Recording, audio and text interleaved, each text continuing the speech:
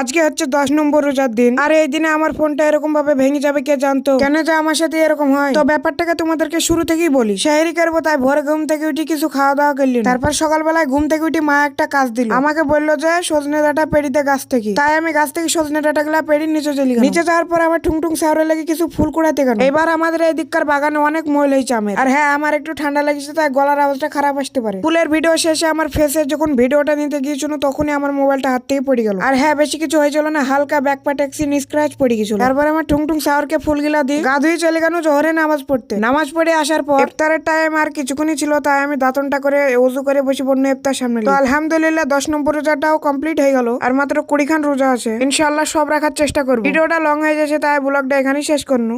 আজকে হচ্ছে 10 নম্বর রোজার দিন। আর এই দিনে আমার ফোনটা এরকম ভাবে ভেঙে যাবে কে জানতো? কেন যে আমার সাথে এরকম হয়? তো ব্যাপারটাকে তোমাদেরকে শুরু থেকেই বলি। সেহেরি করবো তাই ভোরে ঘুম থেকে উঠে কিছু খাওয়া দাওয়া করলি না। তারপর সকালবেলায় ঘুম থেকে উঠে মা একটা কাজ দিল, আমাকে বললো যে সজনে ডাঁটা পেড়িতে গাছ থেকে। তাই আমি গাছ থেকে সজনে ডাঁটা গুলা পেড়ি নিচে চলে গেলাম। নিচে যাওয়ার পর আমার ঠুংঠুং শাওরে লেগে কিছু ফুল কুড়াতে গেল। এবার আমাদের এই দিককার বাগানে অনেক ময়ল হয়েছে আমের। আর হ্যাঁ, আমার একটু ঠান্ডা লেগেছে তাই গলার আওয়াজটা খারাপ আসতে পারে। ফুলের ভিডিও শেষে আমার ফেসে যখন ভিডিওটা নিতে গিয়েছিল তখনই আমার মোবাইলটা হাত থেকে পড়ে গেল। আর হ্যাঁ, বেশি কিছু হয়েছিল না, হালকা ব্যাক পা ট্যাক্সি স্ক্র্যাচ পড়ে গেছিল। তারপর আমার ঠুংঠুং শাওরকে ফুলগিলা দিয়ে গা ধুয়ে চলে গেল জোহরে নামাজ পড়তে। নামাজ পড়ে আসার পর ইফতারের টাইম আর কিছুক্ষণই ছিল, তাই আমি দাঁতনটা করে ওযু করে বসে পড়লো ইফতার সামনে। তো আলহামদুলিল্লাহ 10 নম্বর রোজাটাও কমপ্লিট হয়ে গেল। আর মাত্র 20 খান রোজা আছে, ইনশাআল্লাহ সব রাখার চেষ্টা করবো। ভিডিওটা লং হয়ে যাচ্ছে তাই ব্লগটা এখানেই শেষ করনু।